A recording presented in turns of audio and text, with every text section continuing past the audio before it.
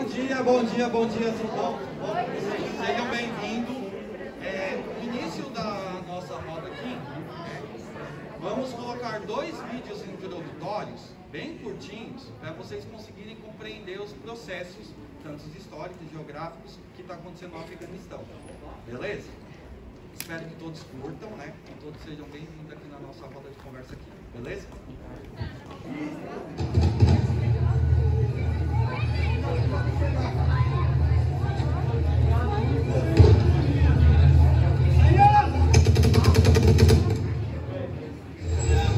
طالبان وارد شهر شدن و ما داریم فرار میکنیم.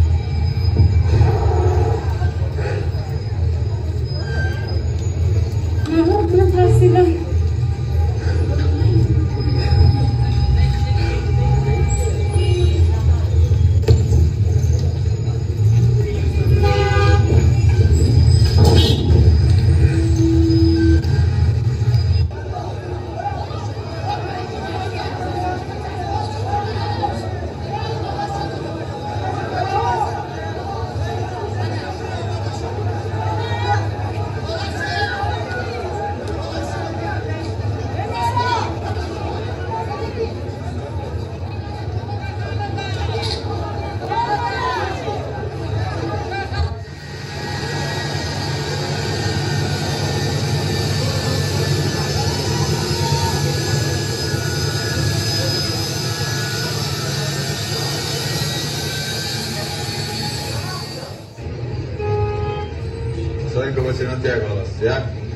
الصبح 10 بجا که این مطارم بند است تا بالا کلش بند است کاملا تا سر بند است مردم کلش پیاده میدادن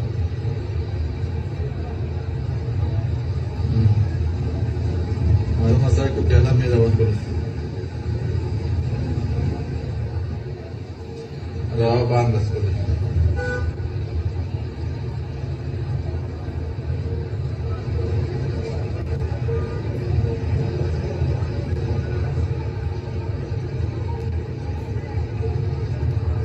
هر طرف را بند است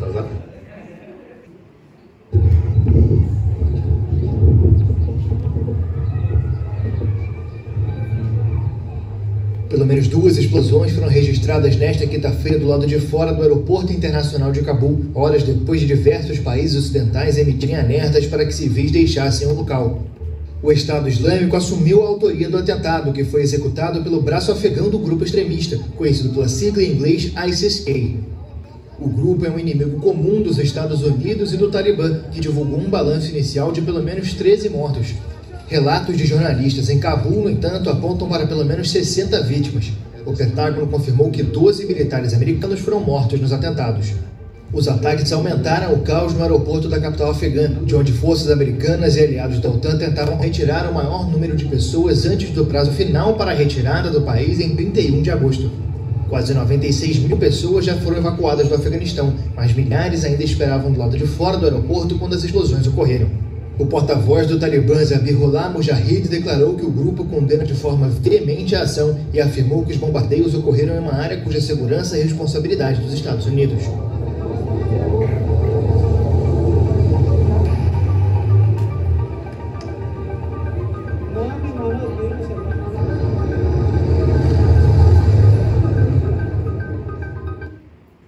Oi gente, beleza? Bom dia para todo mundo. Para quem não me conhece... Bom dia, gente. Para quem não me conhece, eu sou Lárcio Júnior, sou professor de História lá do JJ. E antes da gente poder falar sobre qualquer coisa de Afeganistão, de Talibã, de invasão americana e de retomada de Talibã, a gente precisa introduzir para todo mundo o que é o islamismo. Não adianta a gente falar de alguma coisa sem ter o contexto geral. Então, vamos dar uma contextualizada. Isso. Pode passar para o próximo. Então, vamos dar uma contextualizada e vamos traçar um panorama geral. O islamismo ele é uma religião monoteísta, crença em um único Deus, no caso dos islâmicos é Alá. É a terceira maior religião do mundo hoje. Ela surge no século VII, na Península Arábica, e os fundamentos da sua religião, eles são apresentados no Alcorão, que é o livro sagrado. Desculpem-me se eu estiver cometendo alguma heresia, mas para os islâmicos é como se fosse a Bíblia. Para os cristãos a Bíblia, para os islâmicos o Alcorão. E a Torá para os judeus, né? Passa para o próximo. Bom, o islamismo ele vai surgir na Península Arábica, e ele começa com um rapaz chamado Maomé, que era um mercador. Ele trabalhava num mercado da cidade de Meca, que era uma cidade totalmente voltada para a religiosidade, onde eles cultuavam, eles tinham uma caixa onde eles guardavam todos os seus ídolos, né, chamada Kaaba. A princípio eles eram politeístas, eles acreditavam em vários deuses, e em frente a essa Kaaba eles tinham um grande mercado onde eles vendiam as imagens desses ídolos que eles tinham, e o Maomé era um desses vendedores. Com o passar do tempo, quando Maomé completa os seus 40 anos, ele se casa, ele passa a ter uma família, e ele sai numa peregrinação, num retiro espiritual, na região montanhosa que tem por ali. E aí ele começa a sua peregrinação, ele começa o seu retiro, e nesse retiro ele recebe a visita do arcanjo Gabriel, e o arcanjo Gabriel revela para ele a existência de um único Deus, que era Allah, acima de todos os outros deuses, e que a partir daquele momento ele seria escolhido para ser o profeta, e que ele deveria disseminar esse conhecimento para as outras pessoas.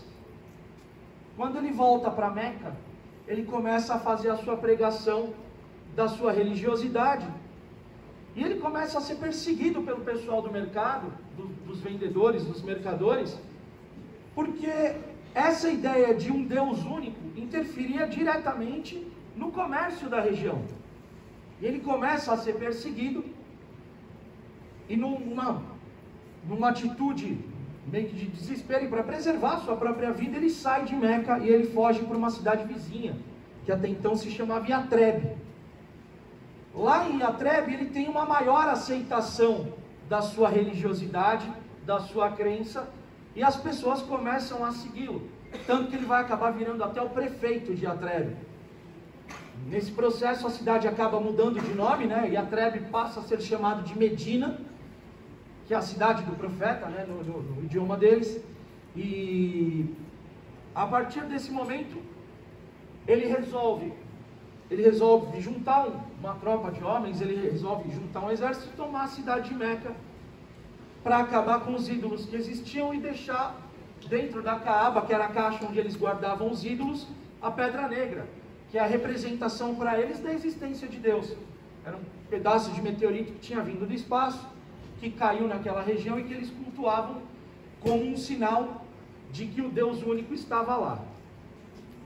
Depois, a fé do Maomé, a religiosidade do Maomé se espalha para a Península Arábica, e aí depois, em 624, depois dessa conquista, né, da região, da cidade de Meca, o Maomé acaba morrendo, e aí começa uma confusão. Há uma confusão para saber quem seria o novo líder dos islâmicos, dos muçulmanos, e aí há uma divisão entre os islâmicos em quem deveria fazer essa liderança. Eles se dividem em dois grupos, os sunitas e os xiitas. Os sunitas são a maioria entre o povo muçulmano, entre 85% e 90% de todos os islâmicos. Esse nome vem de Al-Sunna, né, que é o povo da tradição. Os sunitas, eles vão venerar todos os profetas que estão no Alcorão. E eles vão achar que não há necessidade de ter um parentesco consanguíneo com o Maomé para poder ser o líder dessa religião. Eles vão falar que os líderes são figuras temporárias. Por outro lado, a gente tem os xiitas. que são a minoria, são mais ou menos 10% dos muçulmanos que a gente tem hoje. E os xiitas vão acreditar que para você ser o líder do Islã, há a necessidade de você ter algum parentesco ou algum laço consanguíneo com o Maomé. Então há essa disputa entre os dois lados, né? Os sunitas acreditam que o líder deve ser eleito por todos os muçulmanos, e os xiitas acreditam que o seu líder deve ser da família do Maomé. Então a maioria dos islâmicos são sunitas e a minoria são os xiitas. Só para deixar claro, galera, xiita não é sinônimo de radicalidade. Xiita não é sinônimo de que é homem-bomba. Radicalidade você tem em qualquer espectro religioso, comportamental. Você tem radicais do IRA na Irlanda, você tem radicais islâmicos, você tem fundamentalistas, enfim, em todos os campos. Os católicos, as cruzadas. Então, só para deixar claro, porque a gente sempre confunde isso, xiita com radical, e não é necessariamente verdade. É só uma outra forma de escolher quem lidera a religião.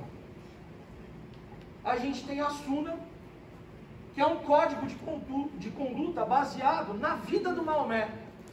É como se fosse um livro biográfico falando do que o Maomé fez e quais foram as atitudes do Maomé em determinadas situações.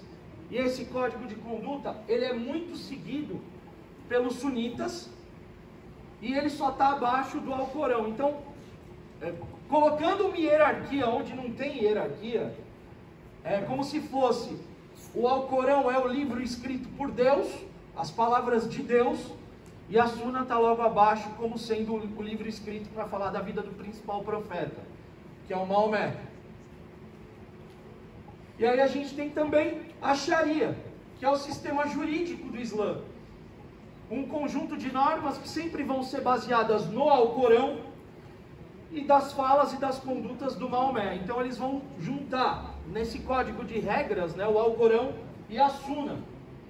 E ela vai servir de diretriz para a vida de todos os muçulmanos, de como eles devem agir, de como eles devem se comportar. Eles precisam fazer 5 orações diárias, eles jejuam no mês do Ramadã. O código deles vai dispor sobre todos os aspectos de vida. Uma outra coisa, se há condição financeira, há a obrigatoriedade de fazer uma viagem para Meca, que é a cidade de onde surge o Maomé, ao menos uma vez na vida. Então é esse código de conduta, essa regra, que vai permear a vida dessa galera que vive nas regiões islâmicas. Continua?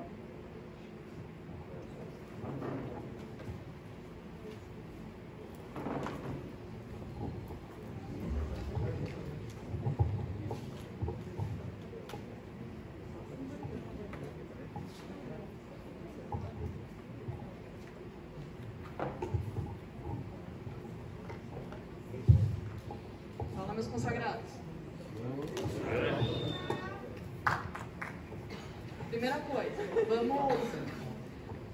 vamos saber, né, geograficamente de onde a gente está falando. O Afeganistão é essa partezinha amarela aqui. Vamos dar uma aproximada. Pelo menos agora vocês têm uma ideia de que a gente está aqui. Do lado do Irã, Índia, Paquistão. Com isso vocês vão conseguir entender, com a localização geográfica vocês conseguem entender os processos históricos. Por que o Afeganistão, vamos tentar responder uma pergunta aqui, por que o Afeganistão, desde que é Afeganistão, ele vive em guerra?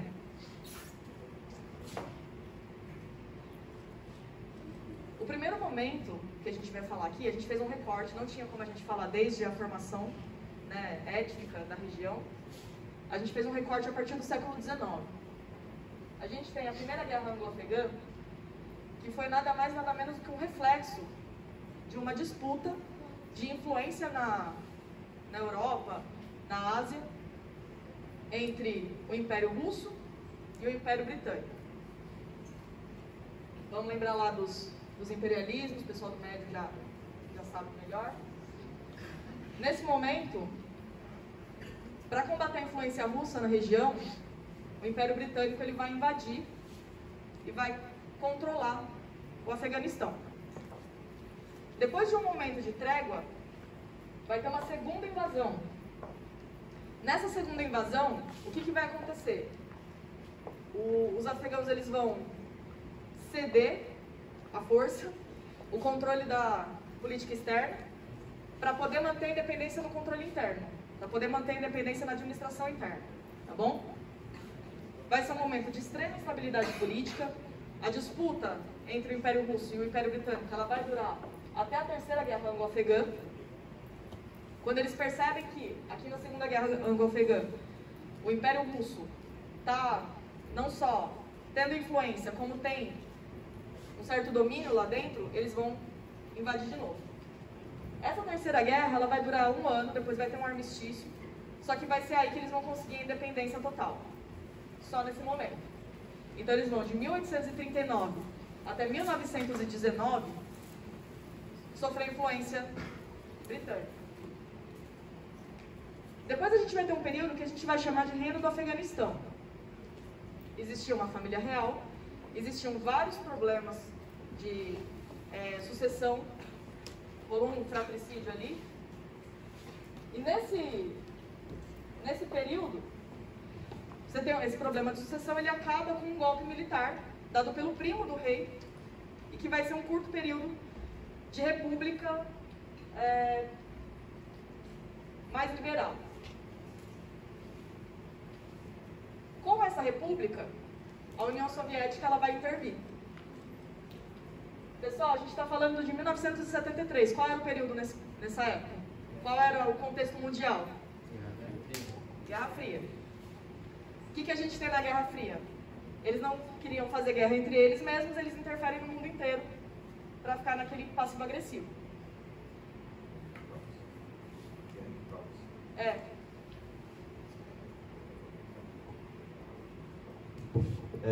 Essa modalidade é chamada de guerra de proxy, onde você, na verdade, bota os outros para brigar para você. É a melhor maneira, né, de brigar.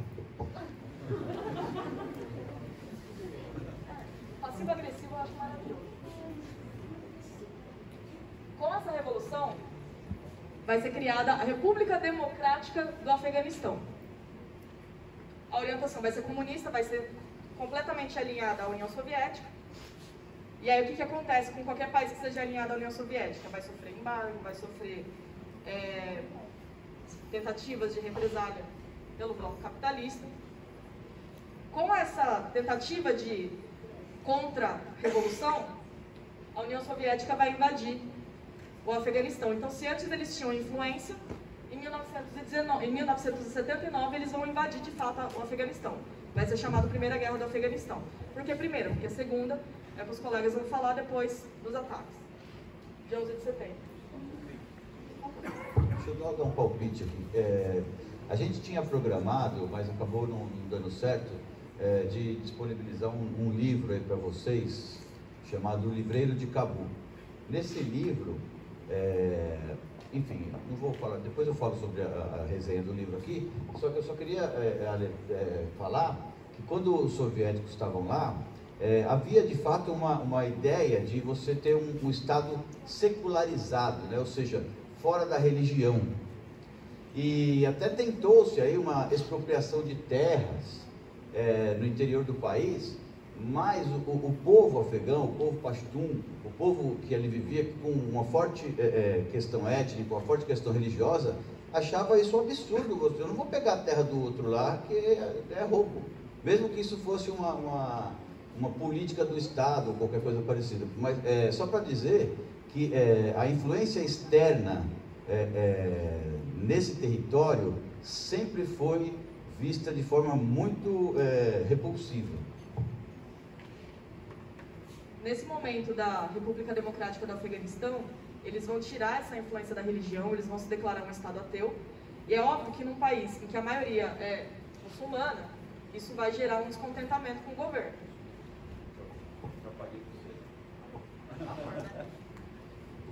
Aqui a gente consegue ver o sentido em que eles fizeram essa invasão. a gente consegue perceber nas principais cidades, Cabul fica aqui, então vocês conseguem perceber uma onda de ataques vindo nessa direção. Com isso eles conseguem controlar o Afeganistão, vão ficar no Afeganistão por 10 anos, eles vão controlar o território afegão por 10 anos, e aí, claro, isso vai ter consequências nas relações exteriores. Boicote aos Jogos Olímpicos, que o Afeganistão participou, em Moscou, em 1980. O embargo dos Estados Unidos à União Soviética, porque é o seguinte, apesar de eles estarem em Guerra Fria, esse passivo agressivo não impedia algumas relações comerciais. Então, em relação a commodities, eles vão, nesse momento, fazer um embargo. Em relação a armas também, mas principalmente em relação aos grãos. E aí começa uma grande questão. O apoio dos Estados Unidos aos grupos rebeldes que vão lutar contra essa República Democrática do Afeganistão, contra esse governo. Esses caras, eles são chamados de Mujahideen, que são os guerreiros da Guerra Santa, da Jihad. Os Estados Unidos tinham também uma preocupação nessa região, porque eles estão muito perto do Golfo Pérsico, que é uma região rica em petróleo. Então, até hoje é uma região que tem muita atenção dos Estados Unidos. Quem é meu aluno aqui, a gente já teve essa discussão de levar a democracia para países que têm petróleo. Coincidentemente, levar a democracia para países que têm petróleo. E aqui a gente tem uma foto do presidente Reagan, dos Estados Unidos, com o Mujahideen. Vamos deixar uma coisa bem clara. Isso aqui não é o Talibã. Isso aqui são os Mujahideen. Eram vários grupos que faziam resistência contra aquele governo inspirado pelos soviéticos. Desses grupos aqui, saíram vários. O Talibã é um deles. Mas o que a gente sabe, os Estados Unidos não só apoiou, como financiou esses grupos rebeldes, pelas zonas de influência. Então aqui a gente tem essa foto de 1983, do Reagan, com os Mujahideen. Quando eles saem, quando a União Soviética se retira do Afeganistão em 1989, essas são as zonas de influência. Essas partes em vermelho, elas são as zonas de influência do próprio governo. E essas outras zonas coloridas, elas são zonas de influência de vários grupos que fazem parte desse Mujahideen. Entre eles, está o que vai se tornar o Talibã mais pra frente, porque nesse momento o Talibã não existe. Por isso que eu falo que aqui não é o Talibã. Essa foto é de 1983. O Talibã, ele começa a se organizar por volta de 1994, tá? Aqui, como eu falei, os Mujahideen, eles são combatentes, eles são soldados que lutam a jihad.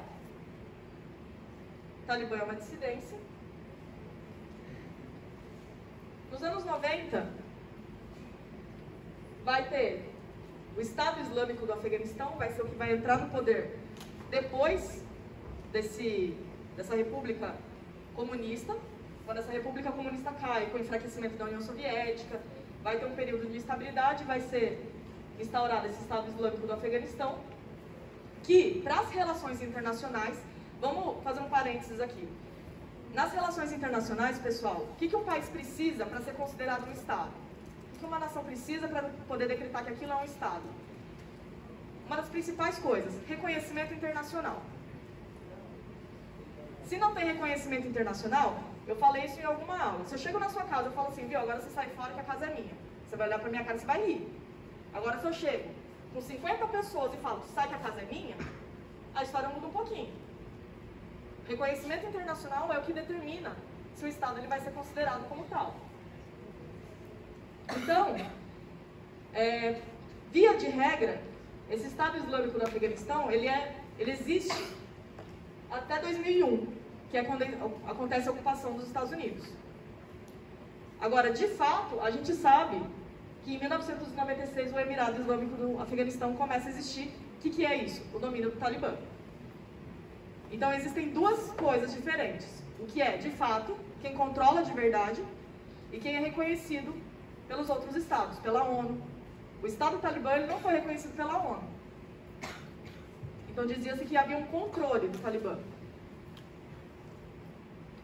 Essa instabilidade política, ela incluía não só corrupção no próprio governo, como denúncias de prostituição, violação aos direitos civis, violação aos direitos humanos, tráfico de órgãos, Então vocês percebem que é uma região que desde o século XIX, que é só o recorte que a gente fez aqui, é uma região em que já não era segura, é uma região extremamente instável, vive em guerra desde então. Com a tomada do Talibã em 1996, eles vão impor a Sharia, que é o modelo legal que o colega acabou de falar, modelo jurídico, perdão. Os direitos humanos não existem. Por favor. Pessoal, só para dar uma contribuição aqui também, a Sharia é de fato o que a Pro falou, que é um modelo jurídico baseado na religião islâmica. Porém, vou dar um exemplo aqui para a gente entender um pouco qual é a ideia da Sharia do Talibã. Na Sharia, por exemplo, diz que a mulher tem que se vestir com discrição. É isso que diz. Você pode ser um véu ou pode ser a burca. Aí é que está a diferença. A interpretação. Toda da maneira deles, né? Como em qualquer religião. É aquela coisa que a gente fala da religião. Se fosse interpretar a Bíblia ao pé da letra também, vai dar interpretação, né, gente? Então, nesse momento vai ter graves violações dos direitos humanos, mas de que forma? Quais são as leis da Sharia? Se você comete um furto, se você assalta alguém, você pode ter as suas mãos amputadas. Então isso talvez saia um pouquinho, né, do que a gente considera os direitos humanos. Isso para citar um exemplo, a gente vai falar depois dos direitos das mulheres. Um pouco mais complicado. Em relação aos direitos das mulheres é um pouquinho mais complicado. Por que a gente fala que esse Estado Islâmico ele não era oficial? Porque houve reconhecimento só de 3 países. Arábia Saudita, Emirados Árabes Unidos e o Paquistão, que também tem uma influência bem forte do Talibã. Aqui, gente, vocês têm a Aliança do Norte. O que é a Aliança do Norte? Membros de governos anteriores, que eram um pouco mais liberais que o Talibã, eles vão se unir, tipo uma comparativo bem ruim, a frente ampla, contra esse extremismo do Talibã. Aqui é uma região governada pelo Talibã, só que com guerrilha dessa Aliança do Norte. Mas vocês percebam que a maior parte do país, ela ainda é ocupada pelo Talibã. Por isso que a gente considera que o país era controlado, porque a maior parte ainda estava nas mãos do Talibã. Isso é em 2001, quando acontece a invasão dos Estados Unidos. Quando a gente fala de direito das mulheres, a gente está falando isso aqui. Existem 3 tipos principais, pelo menos os que eu sei, de vestimentas possíveis no islamismo, que são o véu, o hijab, o niqab, que é aquele que fica só o olho para fora, e a marca registrada do Talibã, que é a burca. Porque aparentemente até mostrar o olho pode ser luxúria demais. Qual é o medo das mulheres hoje? Voltar a essa situação. Eles têm, né, aquele discurso lá de moderação, mas... né, que eu sempre falo pra vocês, a gente sabe da história pra tentar não repetir, então a gente já sabe quando o negócio deu errado. E aí eu vou usar como exemplo daqui a pouco a própria Malala, a gente, né, acredito que a maioria aqui já conhece a história dela. Só que no Afeganistão, nesse período em que o Talibã ficou no poder, o que a gente sabe? Mulheres não tinham direito de estudar. Estudam até os 7 anos, depois não tem direito de estudar, por quê? Eu costumo brincar nas minhas aulas que se alguém pega a gravação e faz um recorte, acho que eu estou falando uns absurdos. Mas por quê? Porque aparentemente a mulher nasceu para dar luz, né? Então ela não precisa estudar para isso. Chega nos 7 anos, ela não precisa mais estudar, ela tem que ficar em casa, ela vive uma espécie de cárcere, em que ela só pode sair acompanhada de um homem da própria família. Se acontece adultério, o que acontece com ela? Ela pode ser apedrejada até a morte. Porque é direito do Estado de punir uma mulher que faça isso. Isso está na Sharia. Então, percebam que chega num ponto extremo, de fato. E aí, como eu falei, a gente usa um exemplo, que é o da Malala, que é uma garota paquistanesa, que sofreu um atentado porque ela queria estudar, o pai dela era professor, é professor, sempre incentivou ela a estudar, o Talibã tomou a região em que eles viviam, do Paquistão, porque o Paquistão, se vocês forem olhar, o Paquistão e o Afeganistão, eles têm uma região de intersecção que tem a mesma etnia, que são os Pashtuns, que é também a etnia da Malala. Quando ela insiste em continuar indo para a escola, escreve blogs defendendo a posição dela, o Talibã decide que ela tem que morrer. Eles entram num ônibus escolar onde ela estava, perguntam quem é a Malala, e que se ninguém respondesse, todas elas iam morrer. Quando eles veem quem é a Malala, eles dão um tiro na cara dela e vão embora. Ela conseguiu se salvar, ela foi embora do Paquistão, ela vive na Inglaterra, se formou agora em ciência política, se não me engano, embaixadora da ONU, e ela é a pessoa mais jovem da história a ganhar um Nobel da Paz, por essa luta pela educação. Então vejam, é possível a gente fazer um questionamento aqui. Ela teve o privilégio de ter as condições de ir embora. Ela teve sorte também. Hoje ela luta pela educação das mulheres. Porque pra gente é muito óbvio, né? A gente olha aqui, metade são meninas. Aqui não é. Nessa região que ela nasceu não é. Você chegar aos 7 anos e você não ter a opção, ela sofreu um atentado. Então é o mínimo pra gente pensar. O que vai ser agora dessas mulheres que ficaram lá, que não conseguiram sair? Tá certo, pessoal? Pessoal, aqui é mais uma intromissão aqui. Vocês, todo mundo aqui, com exceção de alguns, tem até 18, 20 anos, que é justamente o tempo que o Talibã não está no poder. Você já imaginou, vocês aqui, de um dia para a noite, não poder mais andar na rua? Isso que é a realidade. A Malala representa muito isso, né? Não poder mais praticar esporte, não poder escutar música. E a realidade das pessoas que nasceram nesse período. Estou dizendo aqui, falando que a intervenção norte-americana foi correta ou não foi correta. Eu estou dizendo que a sociedade vive de uma maneira completamente diferente há quase 20 anos. Imagina vocês hoje sem a possibilidade de ter um celular na mão com acesso à internet para fazer o que vocês quiserem e acharem que seja de bom tom. Lá eles não têm acesso a meio de comunicação. E o pior é que passou um período tendo, né? Quando a gente vê que isso é com o Talibã, a gente percebe que existe uma questão ali com esse governo. As meninas aqui, poder falar o que quer, poder sair a hora que quiser, usar cropped, não rola. Nem se cogita. Ah, mas por que eu vou apanhar em casa? Não, você vai ser morta. Nem sandália, você não pode mostrar pele. Você não pode mostrar pele. Qualquer pele, ela pode ser um gatilho para a luxúria dos homens. Percebam. E ainda assim existem relatos de estupro da mesma forma. Com burca ou sem burca.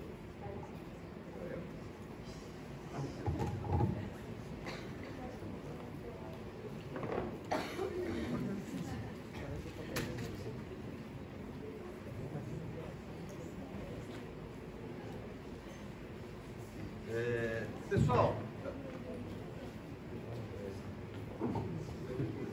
Alô? Bom, vamos começar pelo seguinte. A minha ideia aqui é trazer um pouco da realidade atual, né? A gente precisa compreender o que veio para trás, mas é importante que a gente veja como que as coisas acontecem hoje. E nesse sentido eu trouxe alguns slides e alguns vídeos. Eu vou recorrer, viu, Vitor? De vez em quando eu vou roubar o slide aqui da Pro, o primeiro lá de mapa, para falar algumas coisas. Põe naquele primeiro vídeo. Tem um. Aqui. É só um pouquinho, você não nem vê o vídeo inteiro. Isso aqui é um vídeo de uma moça que faz. É um canal de viagens. E ela está mostrando Cabo à noite. Olha que coisa maravilhosa. Dá o play aí. Solta o play, macaco. Foi longe. Cadê o...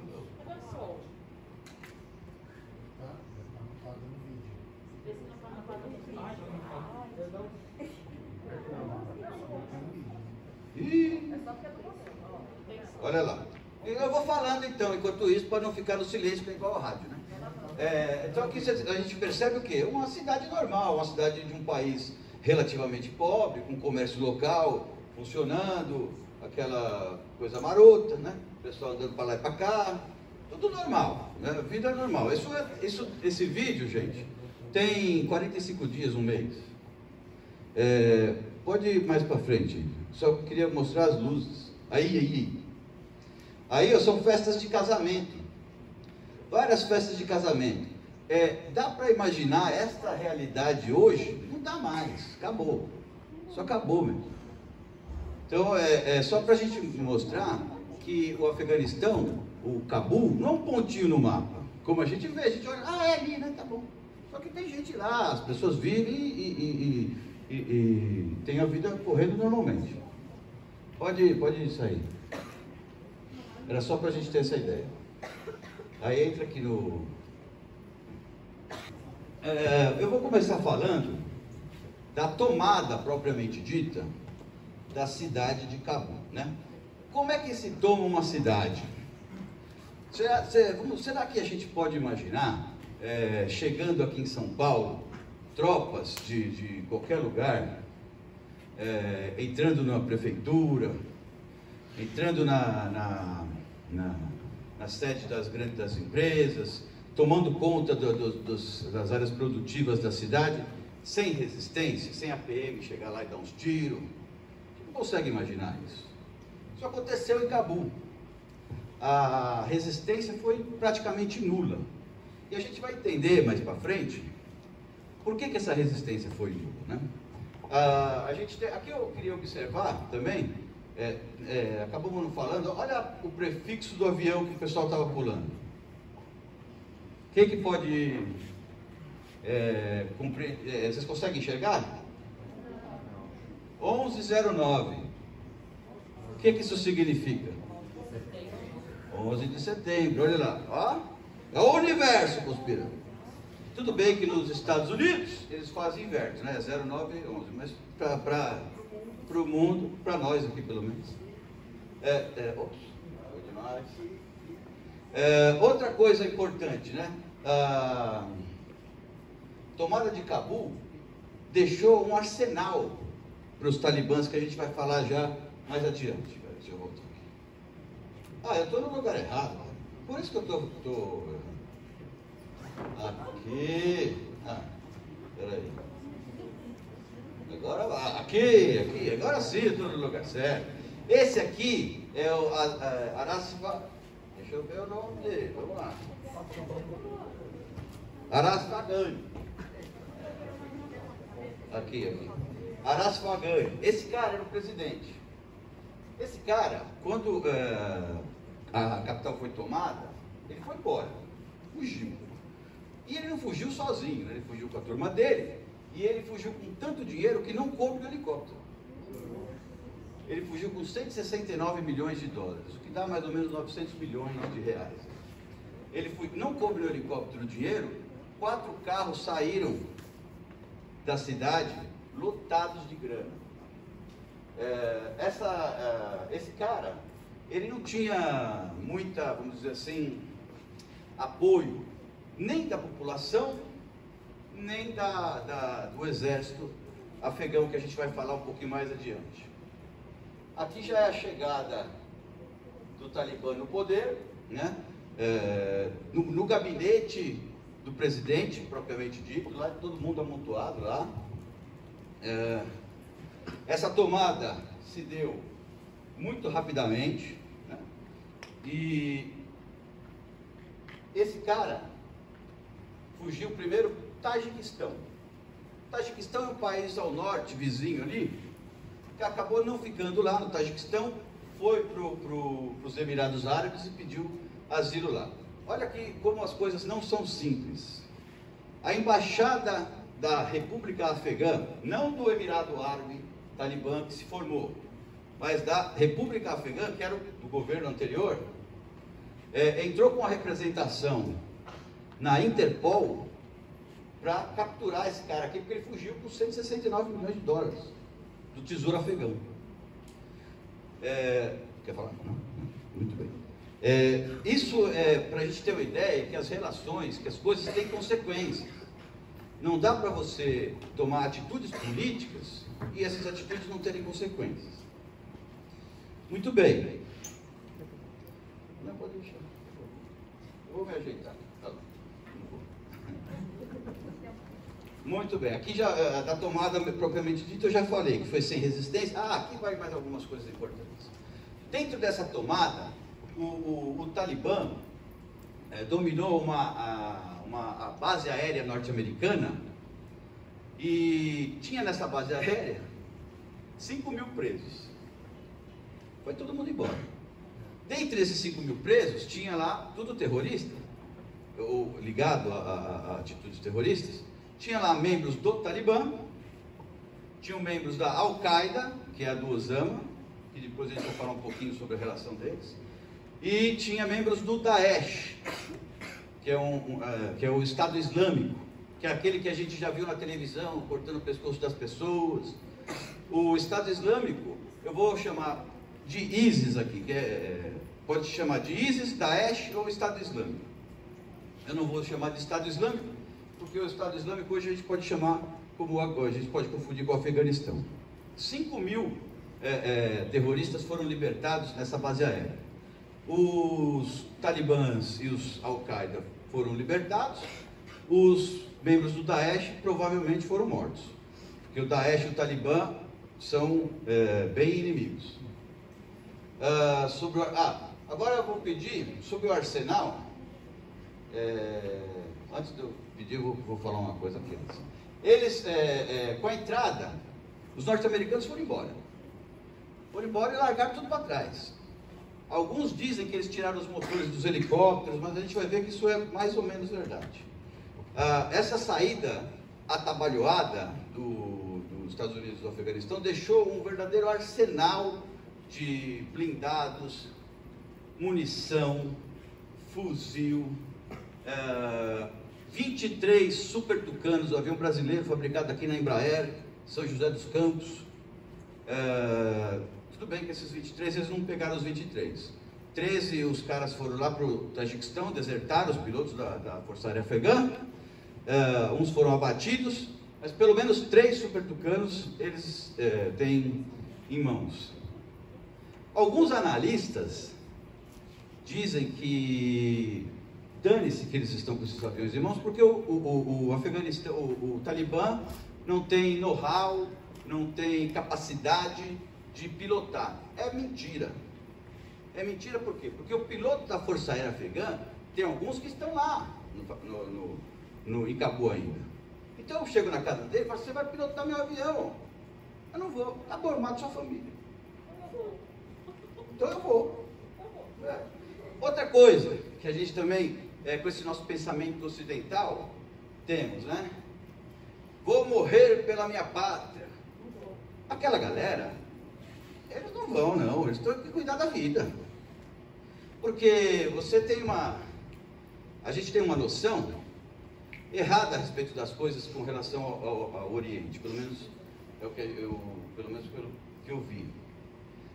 Você tinha no Afeganistão, os talibãs, eles somavam cerca de 75.000 homens. O exército afegão, cerca de 300.000 homens. A gente pode dizer aí que é 4 vezes. Só que nós temos aí 2 questões. O exército afegão de 300.000 homens, na verdade não tinha 300.000 homens. Por quê? Foi despejado um caminhão de dinheiro no exército, no Afeganistão, durante esses 20 anos de ocupação. Um dos destinos desse dinheiro era uma ajuda de custo para cada soldado. E o oficialato do exército afegão era muito corrupto. Por isso a desconexão entre o soldado e o oficialato. Como o oficialato era muito corrupto, ele falava o seguinte, olha, aqui na minha divisão tem 50 soldados. Aí eu mandava o dinheiro lá para 50 soldados, só que tinha 10. Tinha 10. Então 300.000 homens não é real. Outra coisa que a gente também esquece. O soldado afegão, ele fala assim, o Talibã vai tomar isso aqui. Essa aqui é uma guerra de resistência. Se não for aqui nessa semana, vai ser na outra, no mês que vem. E aí eles vão me perseguir, porque eu estou dando tiro neles. Então eu não vou ficar resistindo com a possibilidade de ser morto daqui a 2, 3 semanas. Por isso o exército não resistiu. Sobre a questão dos helicópteros sem motores e a capacidade técnica, a capacidade propriamente de pilotar, de manusear todo esse armamento, eu queria que meu amigo Vitor, isso, aí, pode recuar um pouquinho. Será que vai funcionar o som aí? Porque será bom ter som. Vai dar o play. Não vai sair. Pô, mas estava saindo. Coloca aqui, Diegão.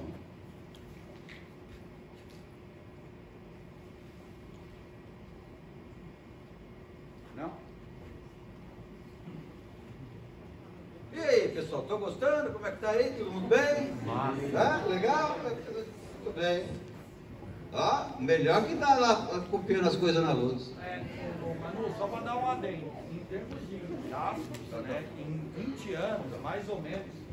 Oi, perdão, gente. Em termos de gastos, em 20 anos, o governo estadunidense gastou aproximadamente quase 3 trilhões de dólares, né, com a ajuda militar no Afeganistão. É muito dinheiro. É 3 trilhões.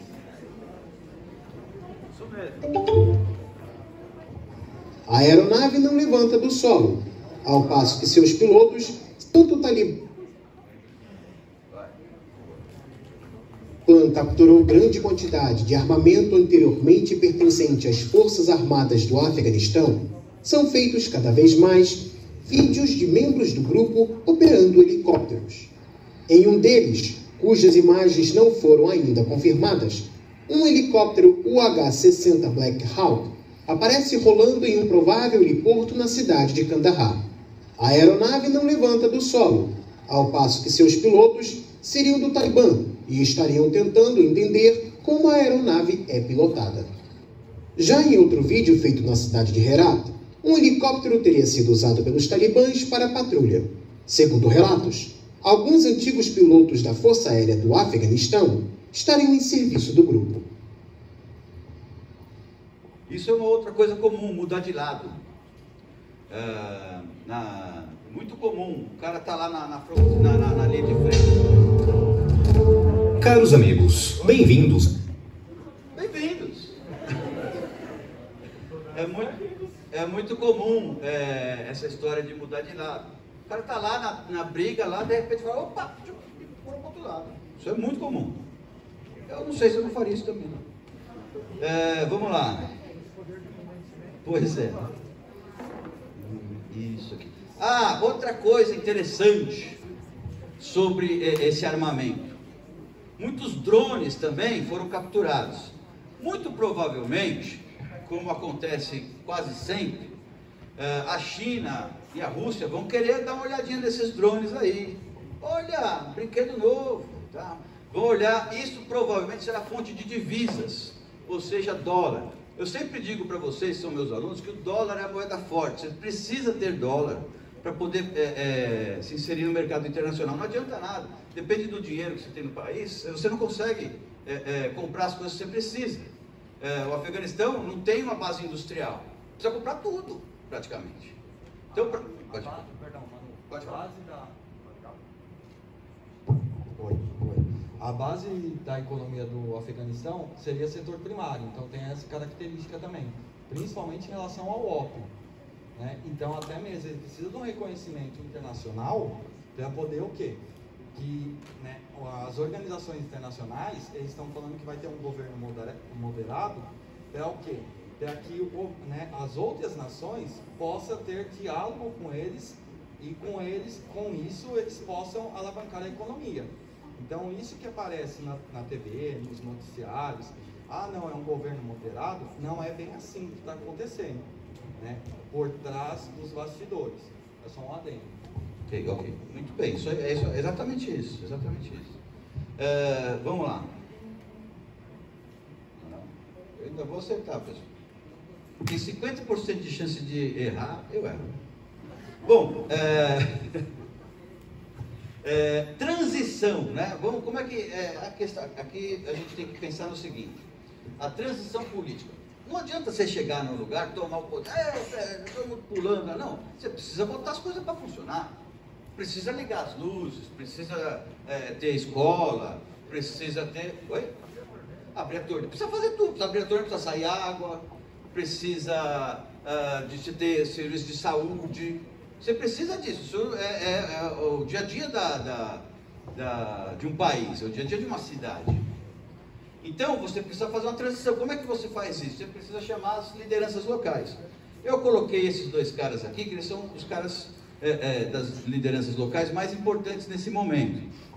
Que esse aqui é o ex-presidente do Afeganistão, o cara que assumiu o poder logo que os Estados Unidos invadiu, ocupou, como a gente quiser falar, que é o Amir Karzai. E esse aqui é um outro líder também que foi concorrente desse presidente atual. E que eu coloquei ele aqui, vou ser sincero, porque eu gosto do nome dele. É Abdullah Abdullah. Aqui, gente, é só uma imagem sobre o soldado afegão e o oficialato afegão. Há uma desconexão muito grande entre o oficialato e o soldado. Por isso, a tomada foi tão, vamos dizer assim, pacífica. Vamos lá.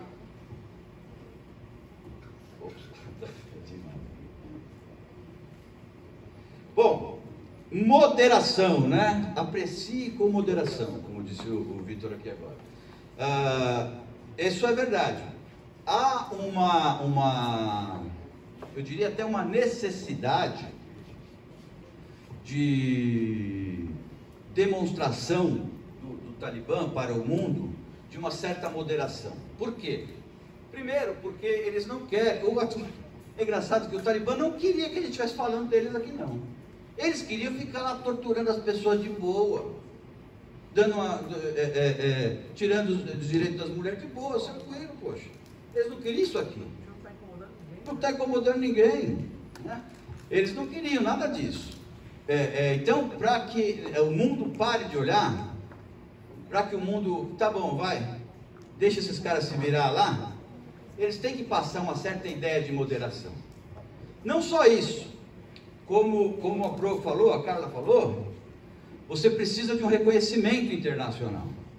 E não só para você poder transacionar com outros países, enfim, ter um melhor posicionamento na geopolítica mundial, mas também para acessar recursos. Tem 10 bilhões de dólares em bancos norte-americanos de fundos afegãos. Para você administrar o país, você precisa disso. Não há como você administrar o país sem esse dinheiro todo. E acessar isso passa por um reconhecimento internacional. Muito bem. Vamos lá. Aqui, deixa eu só ver uma coisa. Eu anotei tudo porque eu esqueço das coisas, gente. É assim mesmo. É a idade. E aqui, nós terminamos com a volta, né? Aí, cadê a Maria Amélia? Maria Amélia, fala aí pra mim como é que eu tinha que falar? Porque eu não sei falar inglês, gente. Eu tenho que falar daqui? Fala aí. Como é que é? Como é que é? Bring the boys back home. Bring the boys back home. Ou seja, traga os garotos de volta.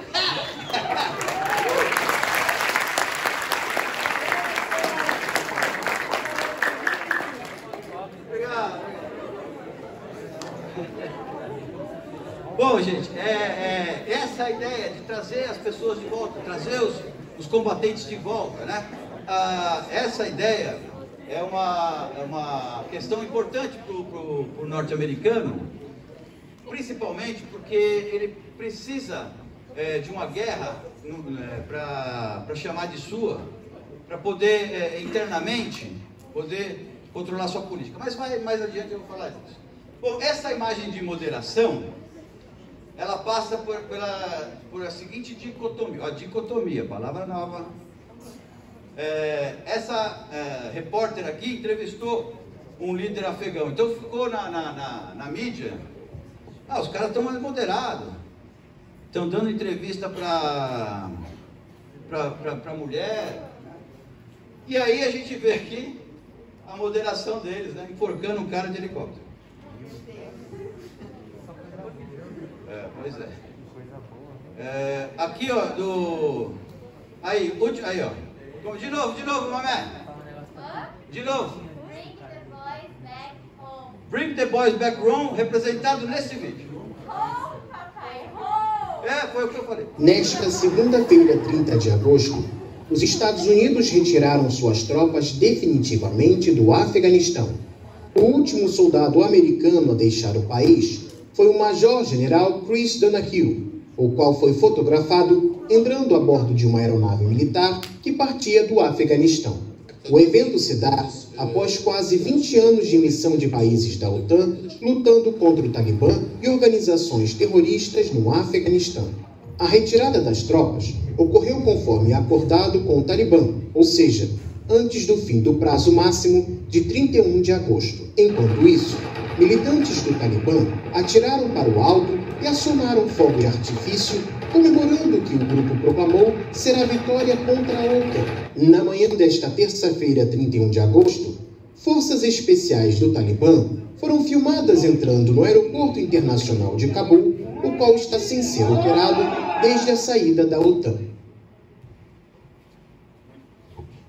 Muito bem, essa saída da OTAN já provocou tudo aquilo que a gente viu, pessoas sendo enforcadas no helicóptero. Teve uma jornalista da Deutsche Welle, que foi, a família dela foi assassinada, ela foi embora de lá, os caras entraram lá, ela não estava, mataram os irmãos, a mãe. Então a saída já mostra que a coisa não vai ficar fácil. Meu querido, você vai ter que voltar. Aqui, ainda nessa linha da moderação, a princípio, com moderação, ainda nessa linha da moderação, eu queria, isso aqui, ó, vai, esse aí, na linha da moderação, ó, vamos lá, antes de dar o play. Ele deu entrevista para uma mulher na BBC em Londres. Que maravilha, né? Olha o que a galera fez na TV local afegã. Repare no nome do canal. Combatentes armados do Talibã apareceram nas telas de TV do Afeganistão como pano de fundo para um programa de debate político. As imagens foram divulgadas nesta terça-feira, mas foram gravadas dias antes do fim da retirada americana do país. Durante o programa é possível ver um letreiro do estúdio que destaca as palavras Peace Studio, em português, Estúdio da Paz. O apresentador entrevista um oficial da linha dura islâmica. O grupo se esforça para apresentar uma imagem conciliadora, mas especialistas acreditam que a imposição de ideias extremistas por parte do movimento fundamentalista é uma questão de tempo. À medida que as lentes da mídia lentamente se afastarem do Afeganistão e diminuírem em termos de prioridades na ordem das notícias, começaremos a vê-los reimpor algumas de suas ideias mais extremistas. Nesta terça, um membro do Talibã prometeu se vingar pelo martírio sofrido pelo povo afegão desde o início da ocupação americana em 2001. A maneira como martirizaram nosso povo, vamos matar os americanos 10 vezes mais do que isso. O Emirado Islâmico está estabelecido no Afeganistão e não haverá mais caos. Vamos sacrificar nossas cabeças para defender nossa nação. Estamos prontos para servir e trabalhar pela nossa nação dia e noite. O Talibã declarou vitória nessa terça e tomou o controle total de Cabul, a capital afegã, após 20 anos de uma intervenção militar estrangeira liderada pelos Estados Unidos.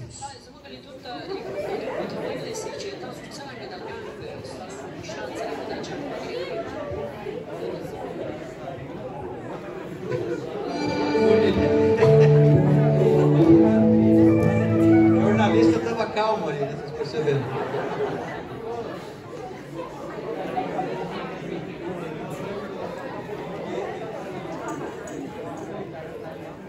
Acertei. Culpados. Quem são os culpados? Né? A gente sempre adora um culpado, né? Na verdade é essa. Eu selecionei essa imagem que circula muito. Hoje a gente vive um ambiente muito polarizado, circula muito essa foto, uma galera falando que o Biden é o culpado de tudo, que se não fosse o Biden o mundo era melhor, enfim, aquelas coisas que a gente sabe. Não tem inocente na história, mas a gente precisa entender algumas coisas. Quais foram os motivos da ocupação norte-americana no Afeganistão? Eles falavam que eram dois motivos específicos.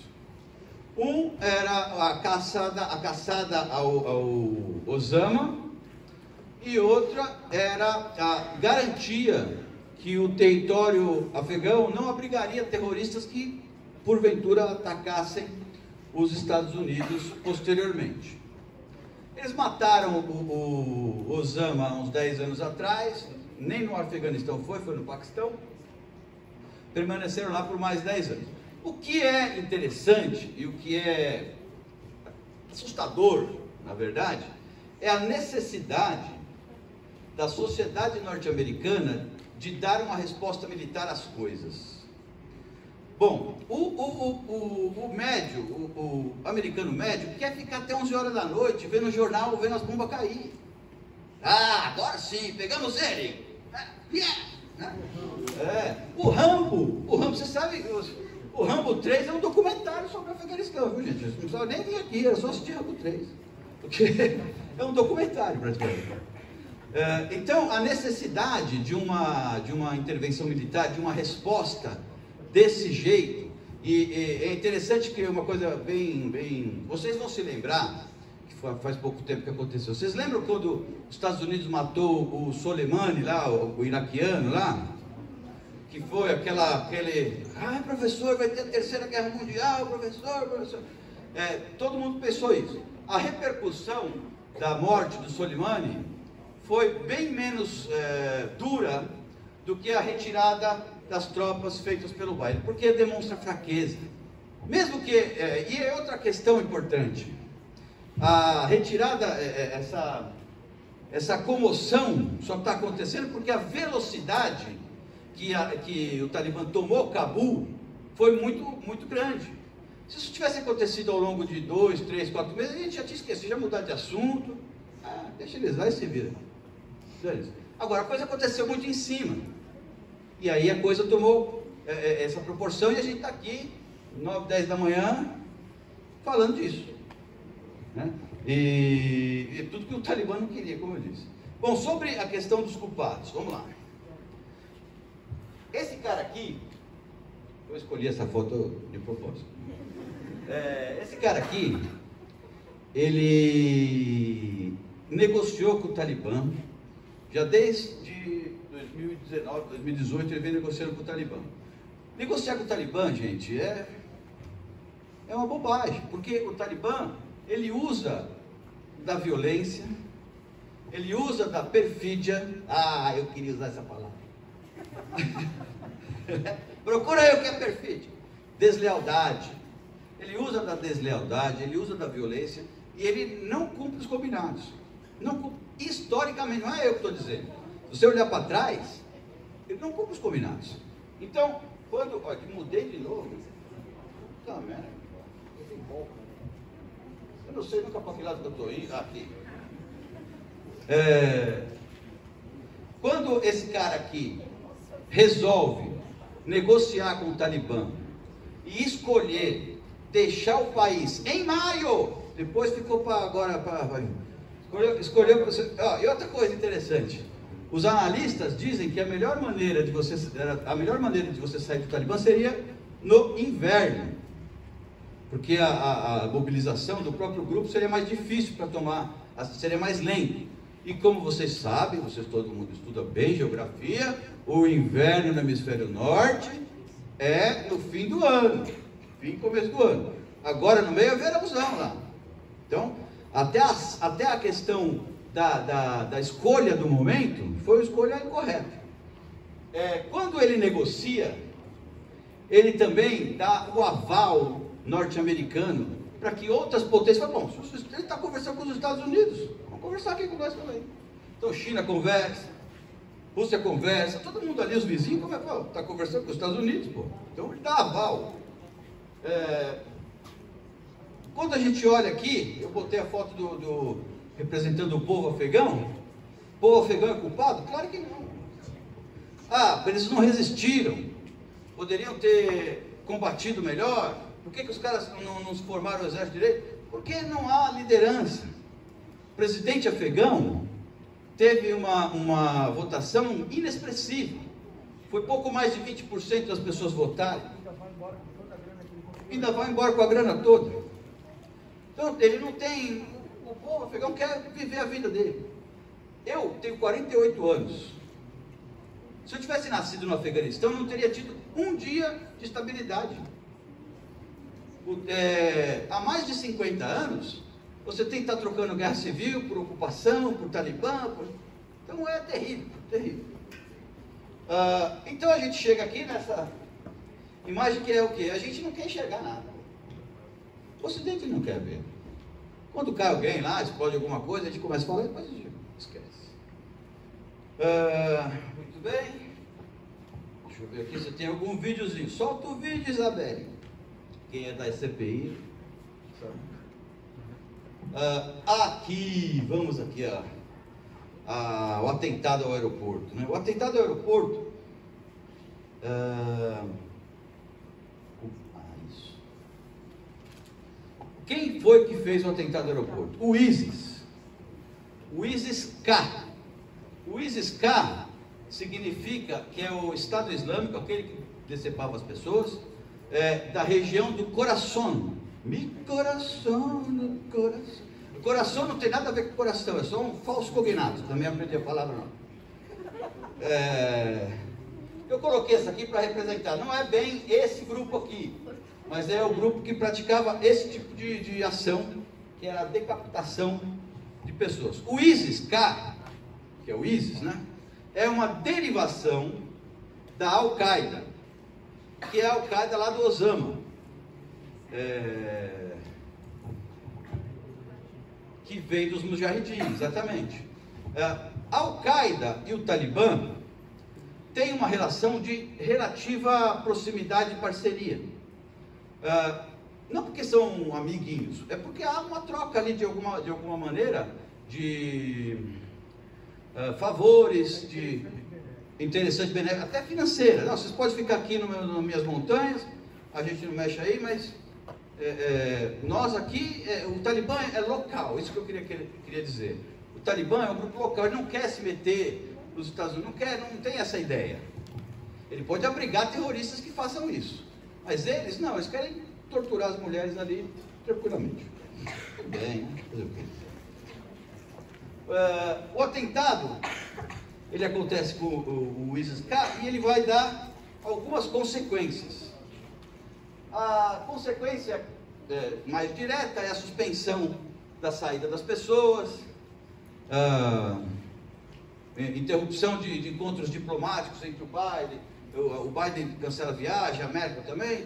Essas são as consequências de curto prazo. Embargo econômico. Embargo. As consequências de longo prazo é a colaboração. Olha que loucura que vai acontecer, hein? Isso aqui não é uma análise do futuro. O ISIS-K é inimigo do Talibã. E o inimigo do meu amigo é meu amigo. O que nós vamos ter aí no futuro, talvez? Uma colaboração norte-americana. O cara da CIA já se reuniu lá com o cara do Talibã, Abu Akbar, acho que não, Abu Akbar não, meu Deus.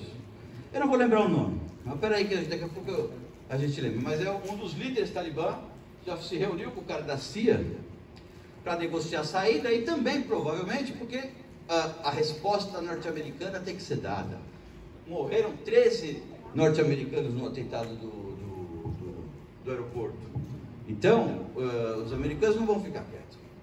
Eles querem a vingança. E a vingança vem como? Espetaculosa.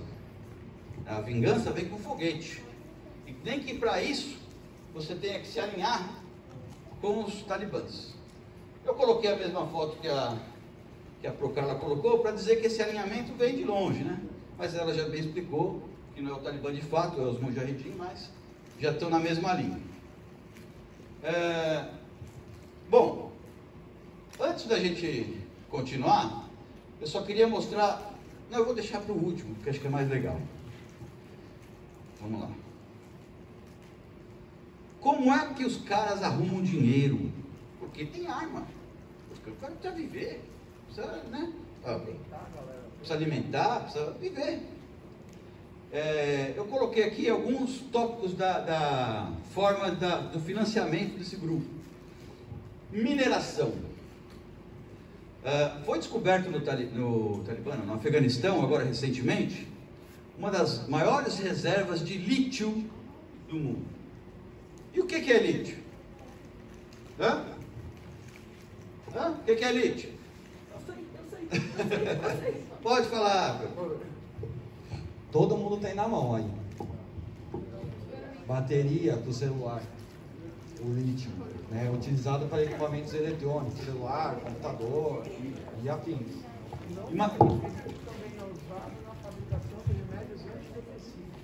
Isso.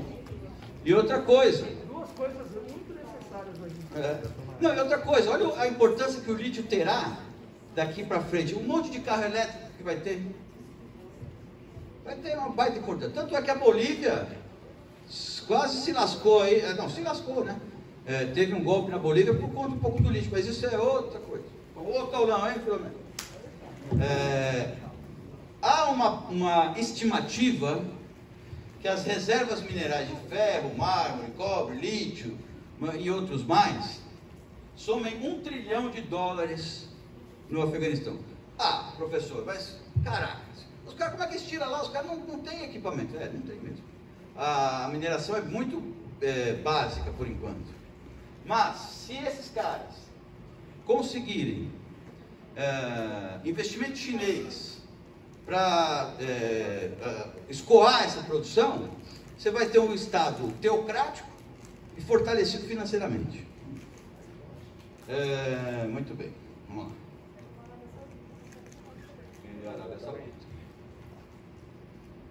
Drogas. Papoula. O Afeganistão produz, eu coloquei aqui 80%, mas eu já li até 90% da papoula mundial. Para que serve a papoula? Para produzir a heroína, que é uma das drogas piores assim, que a gente pode imaginar que existe. O ópio ele é usado também na panificação, ele é usado como semente para a fabricação de pão. E o ópio ele é muito usado na medicina. Ele é a base da morfina, que é o anestésico mais forte que a gente tem aí. Isso aí.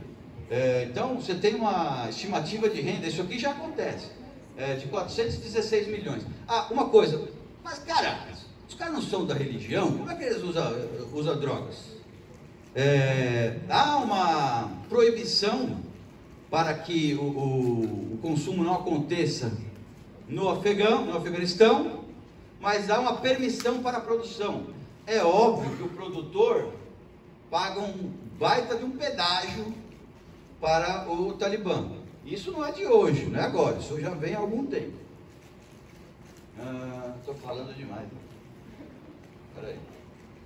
Outra fonte de financiamento, extorsão. Se a gente reparar, parece muito com milícia, né, pessoal? Então, sim, né? Parece um pouco. Por quê? A extorsão, o que é? Pedágio dos caras que passam, cada vez mais caro ali, a galera tem que pagar barreiras, assim, onde a pessoa tem que extorquida. O processo de tomada do poder pelo Talibã, ele não acontece de uma hora para outra. Não dá para pensar que quando os Estados Unidos invadiu, que os caras sumiram, eles recuaram. E aí recuou para uma cidade menor, e aí tem lá o comércio local, chega lá o cara e fala, é o seguinte, velho, tem que dar um quaisquer aqui para mim, para você poder ficar aberto. Muito parecido com as milícias. Muito parecido. Não, não tem nada a ver. Todo mundo odeia o carinha que mora logo ali. Todo mundo odeia o Cris. O carinha que mora logo ali, me passa $1, vai. Isso aí. E outro tipo de financiamento, que é doadores estrangeiros. Olha lá. Quem quer dinheiro? Os doadores estrangeiros, doadores individuais, são uma importante fonte de renda. Aliás, o Afeganistão depende muito de dinheiro de fora.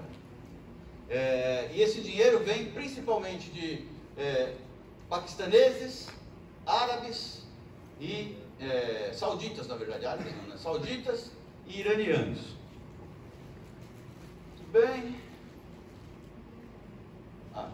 Aí é deixa eu só concluir aqui. Só para a gente terminar, vai lá, cadê o meu moço do vídeo? Solta o vídeo, Isabel. Aqui, ó. Cadê?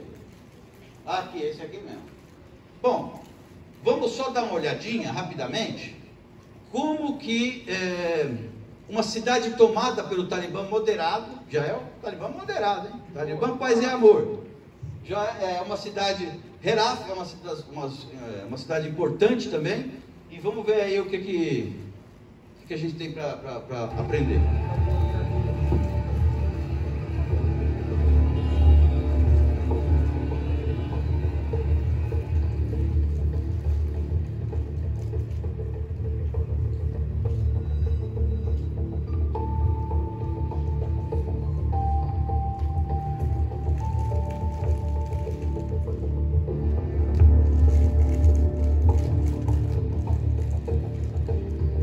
Every day I hear different stories from Taliban that they use violence against civilians. Near to our house I heard that a number of Taliban, they have cut the hands of 2 people that they have stole something. Women are not allowed to go to work. For example, if a woman wants to go out, she should have a man with himself. Also women, they have to have burqa, and they have to hide their face from that people should not see. They say that men should not wear jeans and t-shirt. They have to wear Afghan dress. They continue their searching door to door for people. In spite of general amnesty announced by the group, this really worried many people, including me. The Taliban also has the female students to come to schools with full hijab. I was just about to be finished and be graduated and just not even finishing the last semester. And to be honest, I really don't want their stamp, the Islamic Emirate, on my education documents. All the gains that we made over 20 years are now over.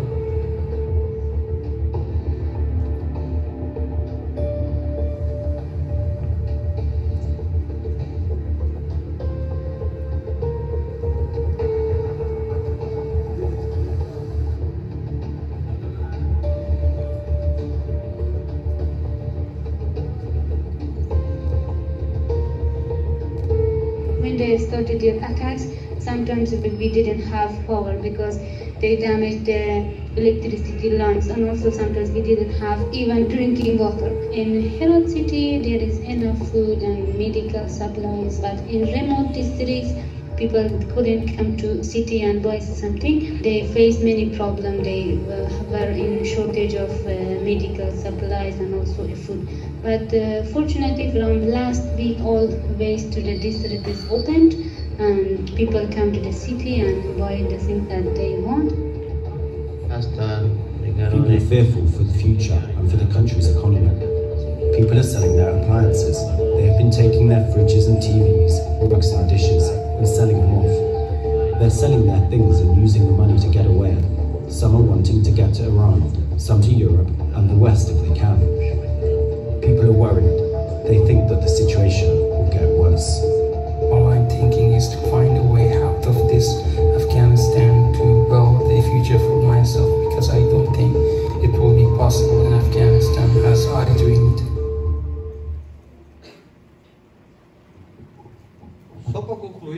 pessoal. Todo mundo já está participando da promoção. Você na Suíça. Porque o governo não vai mudar, pelo menos pelos os próximos 10 ou 15 anos. Ninguém vai se intrometer lá de novo. Ninguém vai se arriscar a perder soldado num lugar onde derrubou um monte de império. Então, é isso. Só para passar a bola para a Carla sobre os refugiados, Grécia construiu um muro com a Turquia já para evitar a passagem de pessoas para a Europa. Cada um vai olhar o seu. Não tem bonzinho na geopolítica internacional. Tem interesses. Se os interesses se conjuminam, ótimo. Se não, paciência. Só dar um adendo em relação ao que o Manu falou da Grécia, que eles construíram um muro. A alegação do governo grego é o quê? Que quando teve a guerra civil na Síria, eles já receberam muitos refugiados. Então a Europa, a alegação deles, né, na União Europeia, é que a Europa já está sobrecarregada de vários refugiados, de vários processos históricos de conflitos em determinadas regiões do planeta. Então por isso eles estão alegando. Então é o que o Manu falou, cada um vai olhar o seu. A gente tem que lembrar o seguinte, os Estados Unidos não vão invadir até que seja necessário para eles.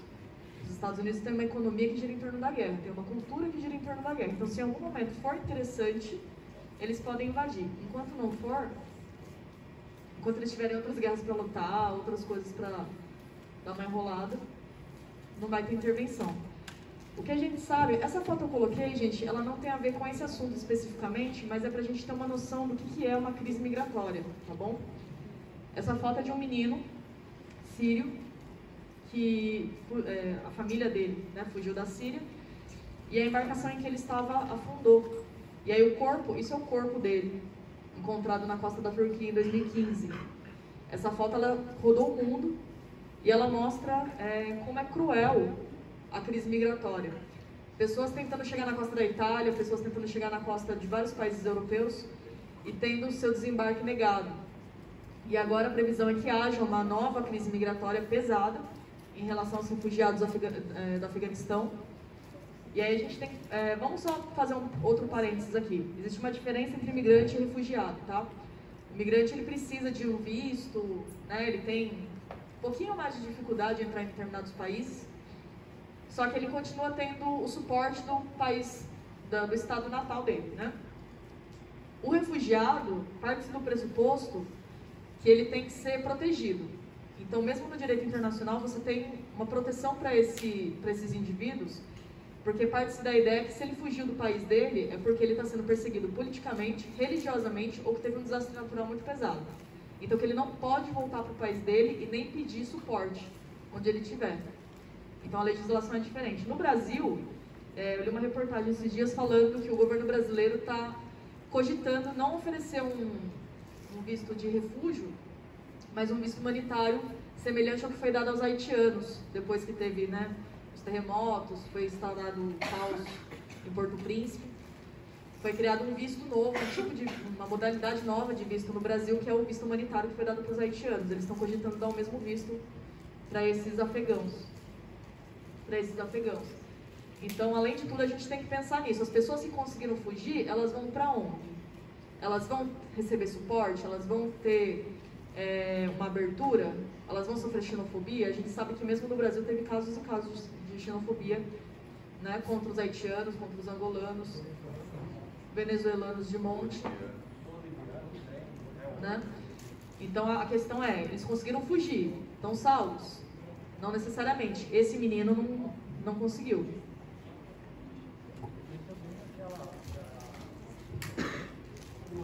O governo custear essas pessoas. Também a ideia do governo desses países que vão receber essas pessoas quererem custear a permanência deles lá. Tem a infraestrutura de saúde, de educação. É isso. Pessoal, era isso aí, viu, gente? A gente quer saber se vocês tem alguma dúvida, alguma pergunta, alguma crítica, alguma sugestão. Alguém tem problema de queda de cabelo? Recomendo o Imecap Hair. Problema ósseo, ômega 3. Ômega 3 também é muito bom. Já procurou hotel pela internet? Trivago. Vamos lá, pessoal. Alguém aí? Maria Amélia quer perguntar? Eu vi você falando? Não? Cadê o meu terceiro ano? Mateuzinho, Macena. Ai, lindo.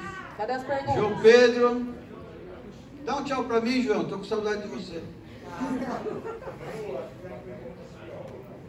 Aí? Fala, Daniel. Qual é a relação da CIA com o Talibã? Relação da CIA com o Talibã? A relação da CIA com o Talibã é de uma... Como a gente falou aqui agora. Eles negociam, no caso ali, negociaram a saída do país, como essa saída se daria, vão negociar, ou já estão negociando, uma colaboração talibã para a caçada a essa galera do ISIS. Agora, negociar, como eu já disse, negociar com o Talibã, meu amigão, é ser trouxa. Estão negociando também a permanência e a formação desse novo governo. Há uma necessidade de que alguém, na teoria, garanta a segurança dessa transição. Até porque eles precisam do reconhecimento internacional. E tendo acordo com os Estados Unidos, fica muito mais fácil você ter abertura de portas no resto do mundo. Só mais um... desculpa. É que, bom, não vai dar... Não, tudo bem. A fronteira Afeganistão e China é uma fronteira pequenininha. Aquela história lá, você olha no mapa, que porcariazinha. Só que a China precisa de estabilidade no Afeganistão por conta que aonde eles fazem fronteira com a China é um povo, uma etnia chinesa que é muçulmana, são os uigures, que inclusive os chineses falam que estão mandando para campo de reeducação, mas é campo de concentração. Então, se você tem uma, vamos dizer assim, naquela região chinesa, uma, entre aspas, contaminação pela ideia do Talibã, você vai ter um problema ali na China. E eles estão bem de olho nisso. E não brinque com a China.